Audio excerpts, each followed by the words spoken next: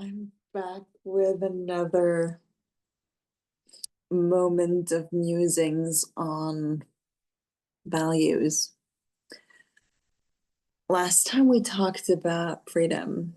Today I want to talk about values a little bit more broadly, especially in terms of what our culture cherishes as values, or what values our culture celebrates as values, maybe also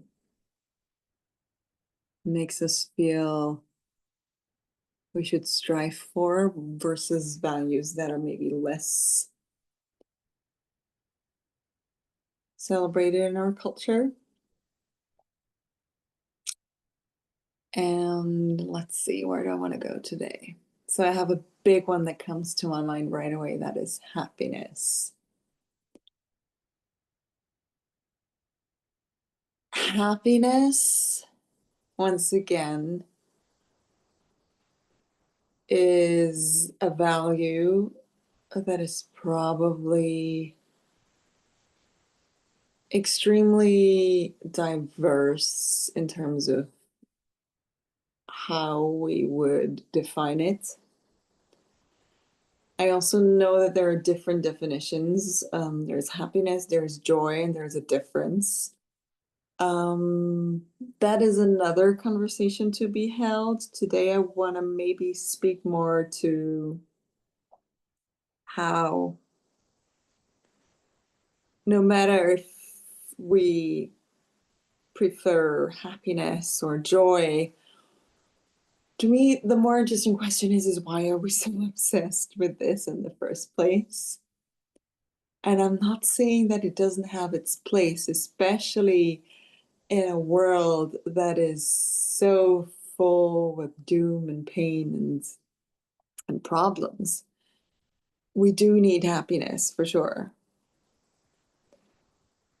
But I'm wondering if maybe our endless striving for happiness is actually causing a lot of our problems. So we have a natural human need for happiness, but then we also have an almost pathological obsession with it. And I wonder, actually, I don't wonder, I know. And I also know that experts agree on this. Our capacity for happiness is equal to our capacity for joy, for grief, and for suffering and pain. Maybe not suffering, but pain for sure, and grief. And without grief, there is no happiness. And we, especially in Western cultures, or probably actually mostly in Western cultures. And here, once again, probably mostly in white cultures in the global north, we are mistaking happiness for the absence of grief and pain. And we are mistaking happiness with something that is probably even more important than happiness, and that is aliveness and wholeness. I think when we're always happy, then we'll hopefully also be healthy and alive and whole, but that's not true. The fact that we need healing and the fact that we are on an endless quest to wholeness is because we're looking and searching for wholeness in the wrong places. We're looking for it in consumption and buying goods, in buying experiences, and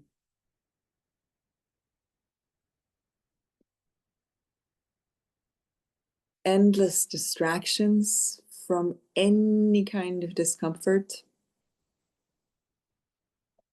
And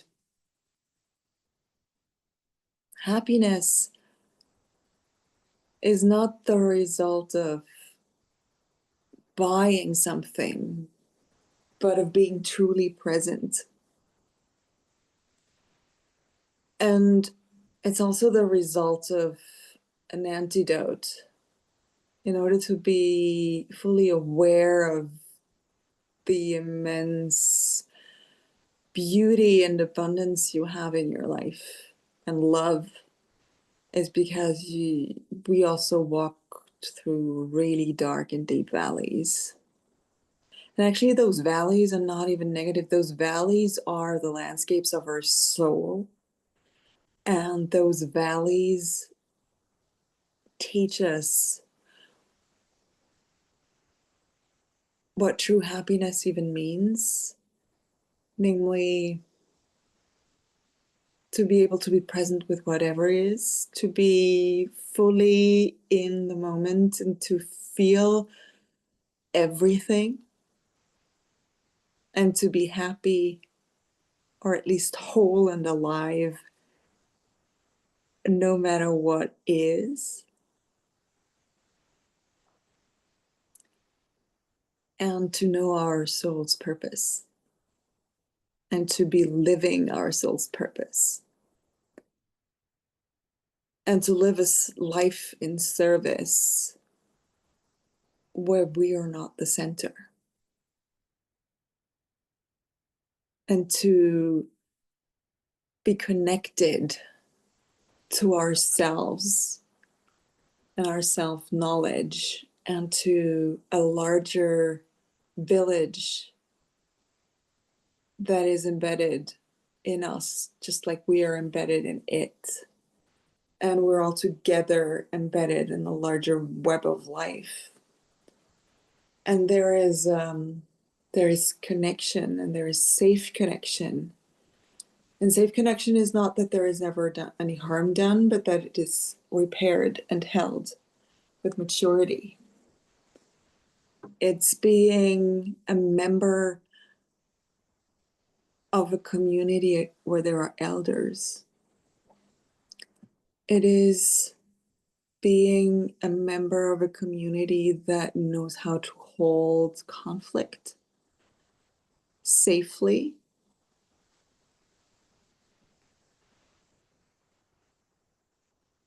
with minimized harm, and with repair, because harm is mostly inevitable, but repair is indispensable. The question is not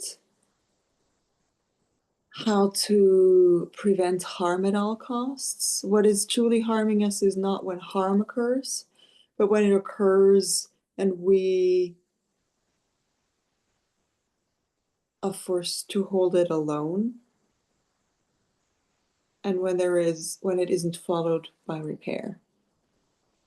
And so many of us have grown up in a culture and in families and in schools and in communities where there are no elders who teach how to hold conflict and how to repair harm and how to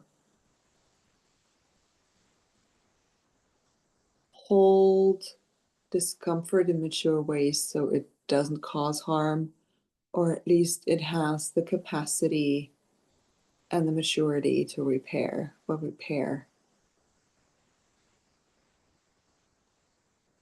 is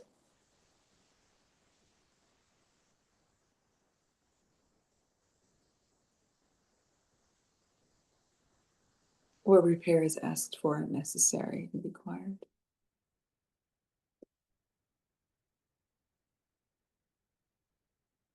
And so happiness is one puzzle piece. But if we make happiness the ultimate goal, it becomes an obstacle to itself. Happiness is a result of a whole quilt of other things that matter so much more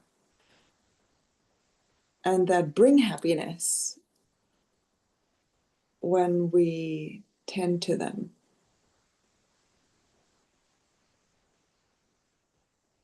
It's the village. It's this safely being held in community by people who know my story.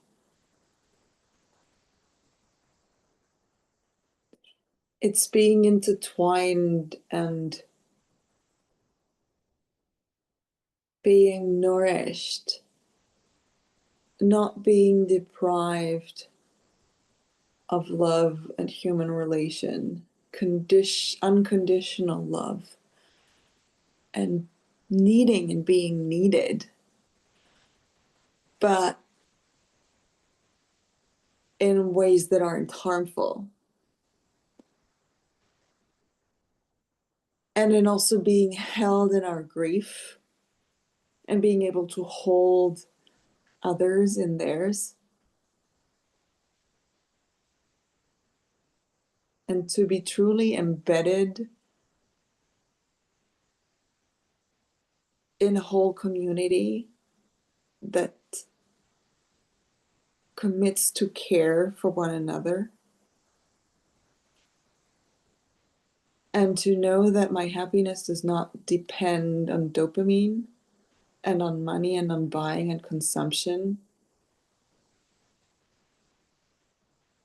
but that it comes as a natural result of the way that I'm present with life itself.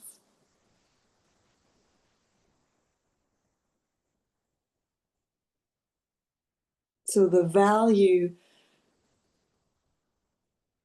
that to me we should strive for is not happiness, but all the little patchwork pieces that I just mentioned that will lead to happiness. Anything else that seems like a direct shortcut to happiness, or that promises happiness, especially when it promises endless, constant happiness, is the resource of immense unhappiness.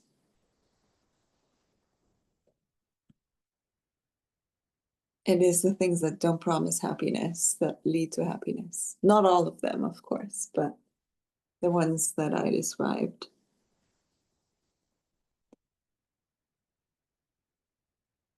And most importantly, the capacity to feel happiness, which is impeded if we don't cultivate the capacity of grief. Because if we numb our sorrow, we numb our capacity to feel anything, including happiness.